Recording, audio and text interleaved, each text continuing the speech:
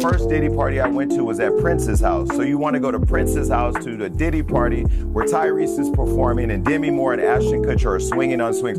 That is what's happening on the other side of the wall. And so the one thing that makes this party different than a Jamie Foxx party or any other celebrity party that wrangles a bunch of young women or guys or whatever too, is that Diddy didn't let you bring your security in the party. Honey, I have to say some of the names surfacing in Diddy's trial are jaw-dropping, but seeing Prince on that list? That was not on my 2024 bingo card. Sure, we've heard from Jason Lee that Diddy threw some of his wildest parties at Prince's house. But here's the twist. What if Prince had the cameras rolling the whole time? Known for being ultra-private, strategic, and always in control, Prince didn't even attend the parties himself. Now, some believe he may have recorded everything, and possibly handed that footage to someone he trusted before his death. With whispers growing louder, don't be surprised if Prince's name actually comes up in court. This trial is shaping up to be one for the books, and I'm so here for it. We already know some of the names revealed during jury selection have raised eyebrows, like Michelle Williams, Robert Downey Jr., Mike Myers, and Lauren London. But then we have the names we expected, like Cassie, who filed the first lawsuit. In her case, she revealed that much of what happened to her was witnessed by Diddy's staff and employees of Bad Boy Entertainment. Still, no one dared to speak up. In fact, those same assistants were the ones who brought her gifts after violent incidents and allegedly even set up freak-off hotel suites, complete with baby oil and Astroglide. Cassie's lawsuit also described a moment after an incident when Diddy's head of security and an assistant saw her injured, and both began to cry. So yes, a lot of these staff members might be summoned to testify.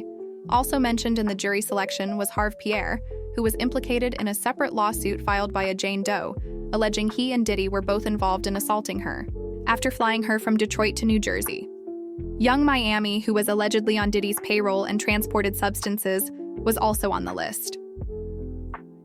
Another name is producer Dallas Austin, a childhood friend of the late Kim Porter, whose sudden death had... He had health problems?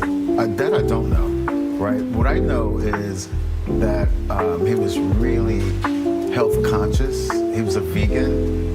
He didn't abuse alcohol.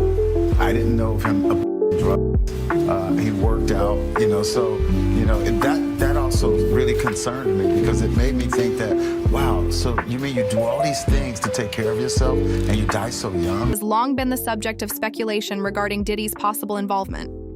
Lorian Gibson, who filed a police complaint against Diddy in 2007 after he allegedly threatened her with a chair on the set of Making the Band, was also included. And let's not forget Aubrey O'Day. She's been very vocal in her support for Cassie, and she's openly accused Diddy of making inappropriate advances toward her. Former Danity Kane member Don Richard, who previously sued Diddy for SA, was also named. The names are piling up, the accusations are intensifying, and at this point it's crystal clear this trial isn't just about Cassie anymore. It's peeling back years of alleged abuse, silence, manipulation, and deep industry secrets. One of the most unexpected names thrown into the mix? Prince. Yes, that Prince. While we knew Diddy threw some infamous parties at Prince's house thanks to tea spilled by Jason Lee, there's a new theory that Prince may have had surveillance running during those wild nights. Known for his obsessive control and privacy. On December 31st, 1999,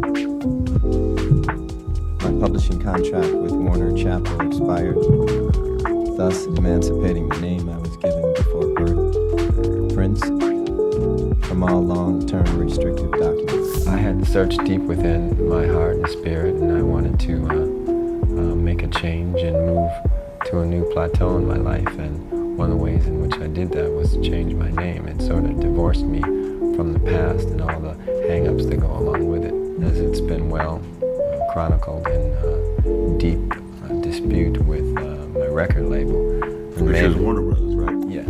We had some issues that were basically about ownership of the music and how often I was supposed to record and things like that. I really searched deep within to find out the answer to whether fame was most important to me or my spiritual well-being, and I chose the latter. See, it wouldn't be surprising if he kept footage, or even passed it to someone before his untimely death.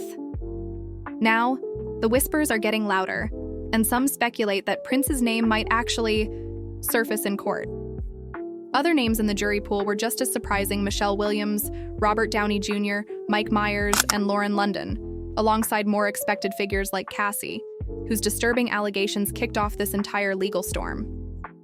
Her lawsuit outlined years of violent abuse, control, and fear, with claims that staff at Bad Boy Entertainment often helped cover up the damage, from setting up freak-off hotel suites to crying at the sight of her injuries. Dawn Richard, former Danity Kane member, also came up. She filed a suit accusing Diddy of overworking and assaulting. The first Diddy party I went to was at Prince's house. So you want to go to Prince's house to the Diddy party where Tyrese is performing and Demi Moore and Ashton Kutcher are swinging on swings. That is what's happening on the other side of the wall. And so the one thing that makes this party different than a Jamie Foxx party or any other celebrity party that wrangles a bunch of young women or guys or whatever too, is that Diddy didn't let you bring your security in the party. Her, including forcing her to rehearse for hours without sleep and making demeaning comments to female contestants on making the band. She even claimed she saw Diddy get physical with Cassie while high. And let's talk about Michael B. Jordan. His name was mentioned too, reportedly due to a flirty relationship with Cassie in 2015. While that might seem like a stretch, we already know Diddy's rage wasn't limited to casual exes.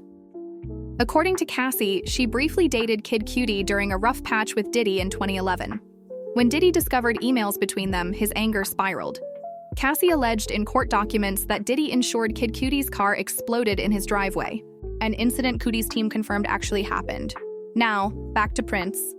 Some fans have begun wondering, could he have died because of what he knew or had on Diddy and others in the industry? Just days before his death, Prince was reported Save your life and getting you into rehab. Yes, he did. I had a long time kind of battling those things, and after my father passed, it got really bad. And so I called up Big Bruh to help. He said, okay, when and where. Reportedly aware his time was running out. He made a cryptic final appearance, allegedly, telling people, wait a few days before you waste any prayers. Then, like clockwork, he was found unresponsive at his Paisley Park estate. Officials ruled his death an accidental overdose on counterfeit Vicodin laced with fentanyl, a shocking conclusion given Prince's famously clean lifestyle. But what if there was more to the story?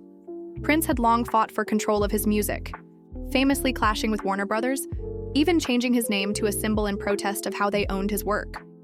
Fans have speculated that his battle against the industry's It wasn't hard at all. It was a 2-second phone call, he's gone. I had been preparing for 2 years, so I knew that it was coming. What does that mean? He said it a couple of years ago. What would he say? What he said was, I've done everything that I've come to do. So I was crushed for about two years. Exploitation of artists, something he was increasingly vocal about, may have cost him everything. Here's where things get even messier. In 2005, Diddy inked a major deal with Warner Music Group.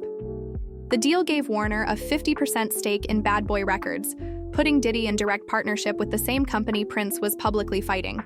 So if Prince really had dirt on Diddy and the circles he ran in,